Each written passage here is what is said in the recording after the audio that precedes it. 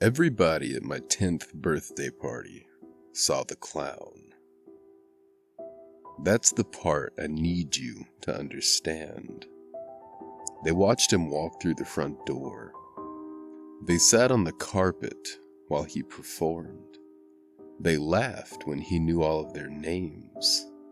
They screamed when the candles turned black. 11 years later, every single one of them swears he was never there. My parents had planned the party for almost a month. Nothing extravagant. We weren't that kind of family. My father grilled hamburgers in the backyard while my mother covered the living room in paper streamers and balloons. There was a plastic tablecloth decorated with superheroes, a stack of cheap party hats, and a chocolate cake she'd made herself. My name was written across it in blue icing. There were 10 candles. 8 children from school came over, including my best friend, Daniel, and a girl named Sophie, who I'd spent most of 4th grade pretending I didn't like. The party started at 3. The clown arrived at 3:17.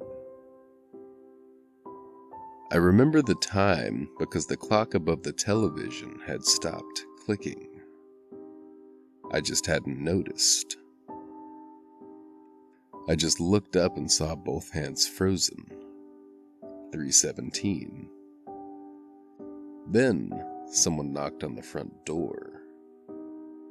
3 knocks.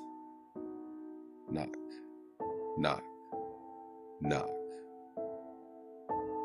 I was the closest, so I answered it. He stood on the porch, holding a red suitcase. The clown was tall, not circus stilt tall, just tall enough that something about him immediately felt wrong. My father was 6'1", and this man would have been several inches taller. He wore a dirty yellow suit covered in faded red and blue circles.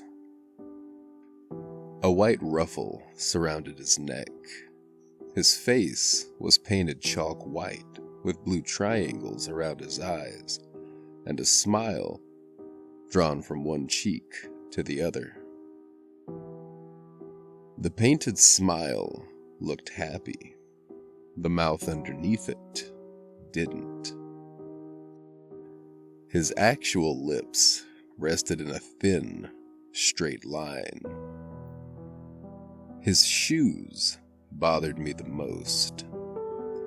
They weren't oversized clown shoes. They were polished black dress shoes. The kind my father wore to funerals. "Hello, birthday boy," he said. His voice was soft, normal.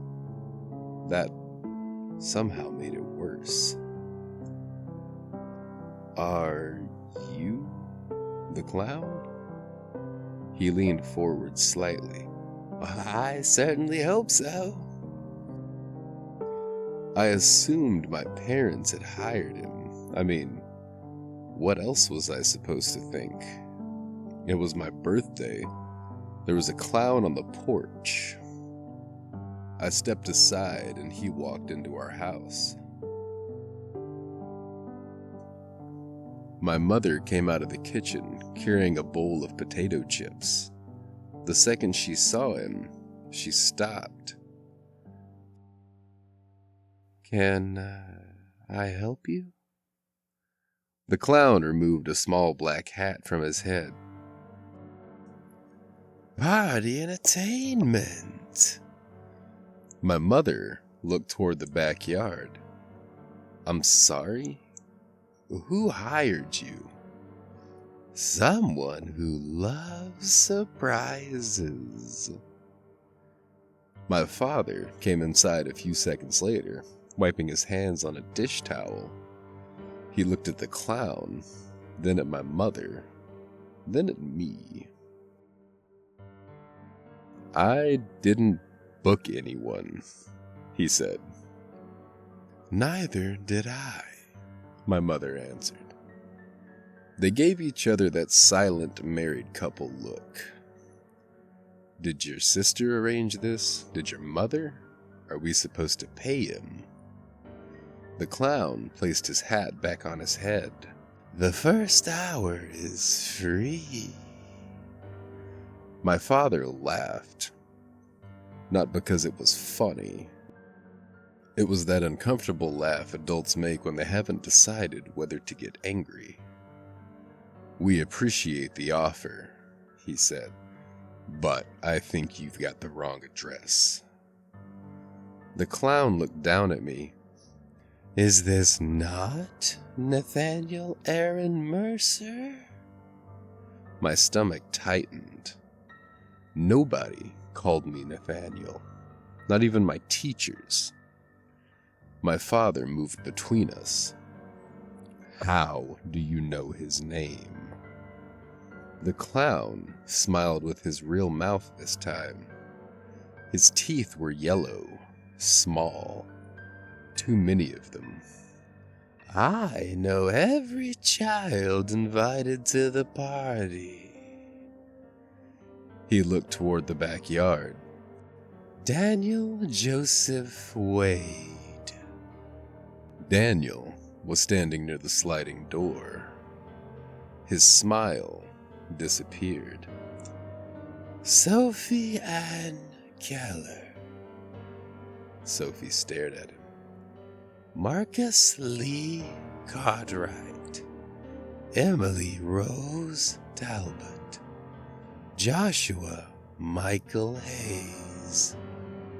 He named every child. First, middle, last. The backyard went completely silent. My father grabbed the clown by the arm. "You need to leave." The clown looked down at my father's hand, then back at his face. "I haven't performed the first trick." My father tried pulling him toward the door. The clown didn't move. And I don't mean he resisted. I mean my father pulled, his shoes slid against the floor, and the clown's arm didn't move an inch. My father let go. The clown bent down and opened the red suitcase. Inside was black velvet, nothing else. He reached into it anyway. His arm went in past the elbow. The suitcase was maybe 6 inches deep. He kept reaching. The children gathered around, despite every adult telling them to stay back. The clown removed a silver wristwatch. Daniel gasped, "That's my dad's." The glass was cracked near the number 4. Daniel's father had broken it while fixing their lawnmower and complained about it for weeks. The clown handed it to him. Then he reached into the empty suitcase again. He pulled out Sophie's pink hairbrush, Marcus's mother's keys, Emily's father's military identification card, a framed photograph of Joshua as a baby, held by a woman who had died before he was old enough to remember her. Joshua started crying. The clown glanced toward my mother. "Your turn." He reached inside. When his hand came back out, he was holding her wedding ring. My mother looked down. The ring was still on her finger. The clown held an identical one between his thumb and forefinger. Same narrow gold band. Same tiny scratch along the side. Same date engraved inside. My father snatched it from him. "Where did you get this?" The clown turned toward me. "Someone who loves surprises." My father told everyone the show was over. He ordered the children into the backyard and told the clown to get out. But the other parents weren't there. Most of them had dropped their kids off. My father didn't want to frighten 8 children by starting a fight with a stranger. The clown seemed to understand that. He knew my father couldn't drag him out. Not without admitting he was scared. So, Mister Grin stayed. That's what he told us to call him, Mister Grin. He sat the children in a semicircle on the carpet. My parents stood near the doorway. Neither of them took their eyes off of him. He performed simple tricks at first. He pulled ribbons from his sleeve, made coins disappear, twisted balloons into animals. The balloons weren't normal. They moved after he set them down. A red balloon dog crawled underneath the coffee table. A yellow rabbit turned its head when Sophie spoke. The children laughed, not because they thought it was funny, because we didn't know what else to do. Then, Mister Grin announced his final game. He called it the honest question. He said every child had to answer once. No lying, no refusing. He started with Daniel. "If one of your parents had to disappear tonight," he asked, "which one would you miss the most?" Daniel stared at him. The room had become painfully quiet. My mother stepped forward. "That's enough." Mister Grin raised one gloved finger. "He hasn't answered." Daniel looked toward the kitchen, like his mother might somehow be standing there. "My mom," he whispered. The clown nodded. "Good boy." Then he asked Sophie. She refused at first. He waited. He didn't blink. Eventually, she said her father. Marcus chose his mother. Emily chose her father. One by one, each child answered. Some cried. Some laughed nervously. Mister Grin thanked every one of them. Then he turned toward me. "Which parent would you miss the most, birthday boy?" My mother took my hand. "You don't have to answer that." The clown's eyes moved toward her. "Yes, he does." My father stepped between us. "This party is over." The clock above the television began ticking again. I heard it from across the room. Tick, tick, tick. The hands still read 3:17. Mr. Grin slowly stood. He looked at me over my father's shoulder.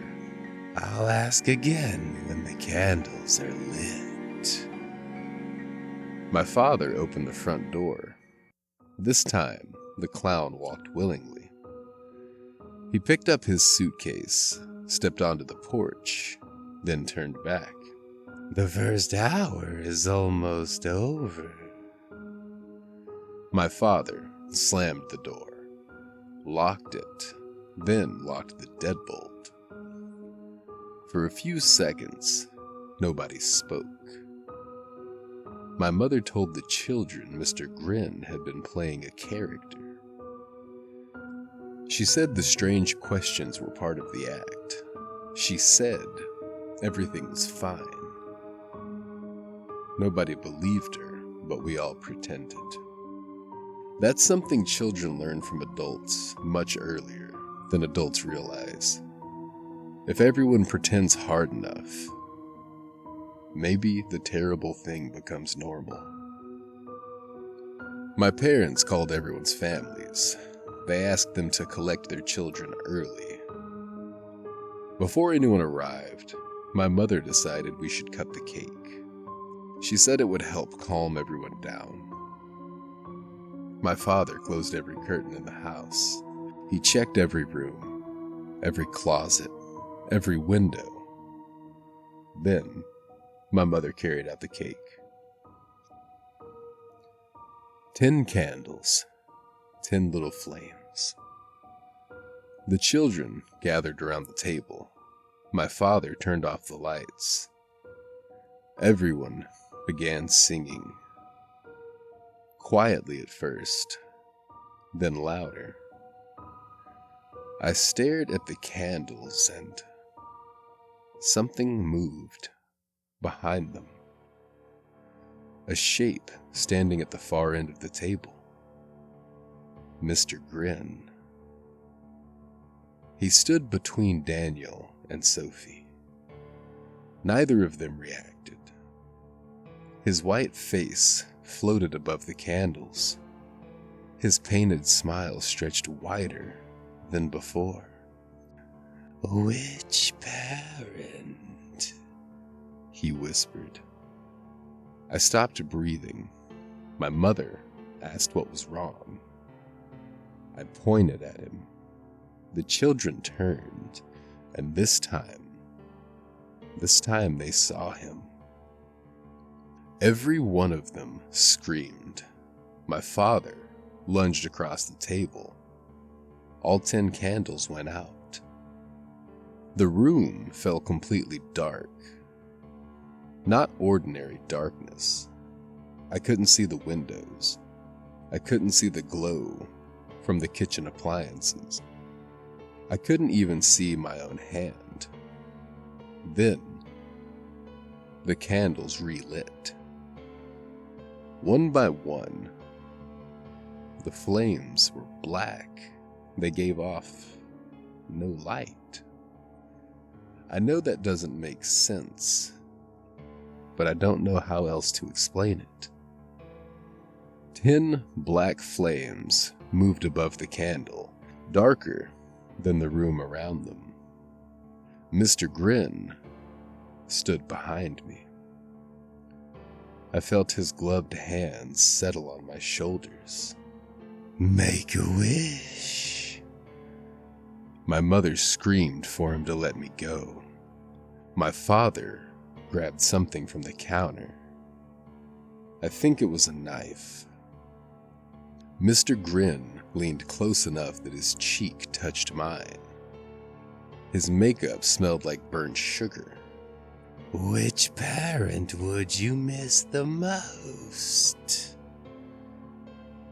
I looked at my mother, then my father. I couldn't answer. I wouldn't. "Neither," I said. The clown chuckled. "That wasn't one of the choices." My father rushed him. The candles went out again. Something heavy struck the floor. My mother screamed. Children scrambled through the room. Someone knocked the cake from the table. I crawled underneath it and covered my ears. The darkness lasted maybe 10 seconds. Then, the lights came back. Mister Grin was gone. My mother lay beside the kitchen doorway.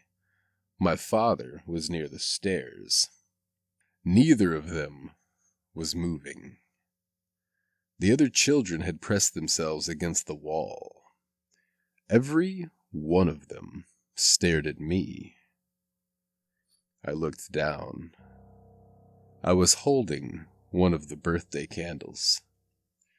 Most of the wax had been carved away. A thin piece of metal ran through its center, sharpened to a point. There was blood on my hands. The police arrived 7 minutes later. At first, the children told them about Mister Grin. I heard Daniel describe the yellow suit. Sophie told an officer about the black flames. Emily said the clown had asked about her father. They remembered. All of them. Then, the police separated us. By morning, their stories had changed. Daniel said there never had been a clown. Sophie said I had performed the tricks. Marcus said that I asked the questions. Emily claimed I spent most of the party talking to myself. The photographs showed no clown. Neither did the video my mother had recorded. But the empty space where he should have been was always visible. Children looked toward it. Objects appeared from nowhere. My father argued with someone the camera couldn't see. And during the candle scene, every child screamed at the exact same empty spot. The video didn't save me. It made things worse. Because when Mister Grin asked which parent they would miss most, the only voice captured by the microphone was mine. They sent me to Blackridge before my 11th birthday. The doctors called Mister Grin a protective delusion. They said I'd invented him myself because I couldn't accept what I had done. I told them 8 other children had seen him. They showed me the statements. I told them about the suitcase. They said no suitcase had been found. I told them about the duplicate wedding ring. They said my mother only owned one. Eventually, I stopped talking about him. Not because I stopped believing, because I wanted to leave. Today is my 21st birthday. This morning, Blackridge released me. A caseworker drove me to a supervised apartment across town. She gave me my medication, a bus pass, and a list of numbers to call if I felt overwhelmed. There was a package waiting outside the apartment door. Red wrapping paper, black ribbon. No postage, no return address. My caseworker asked me whether I wanted her to open it. I told her it was probably from an old friend. She left 20 minutes ago. I opened the package. Inside was a red suitcase. The same one Mister Grin carried into my house 11 years ago. I almost called the police, but I decided to open it. Black velvet lined the inside. Resting on top were 8 objects. Daniel's father's cracked watch, Sophie's pink hairbrush, Marcus's mother's keys, Emily's father's military identification card, Joshua's photograph, and 3 others I recognized from the party. Beneath them were my mother's wedding ring and my father's blood-stained house key. There was one more object at the bottom. A white envelope. Inside was a child's birthday invitation. A boy named Caleb is turning 10 tomorrow. The party starts at 3. Someone has written an address beneath it. There's a yellow clown suit hanging inside my bedroom closet. I didn't put it there. The black shoes fit perfectly. The white gloves are cold. And every time I try to call the police, I hear Mister Grin whispering from somewhere behind me. The same 5 words, over and over. The first hour is free.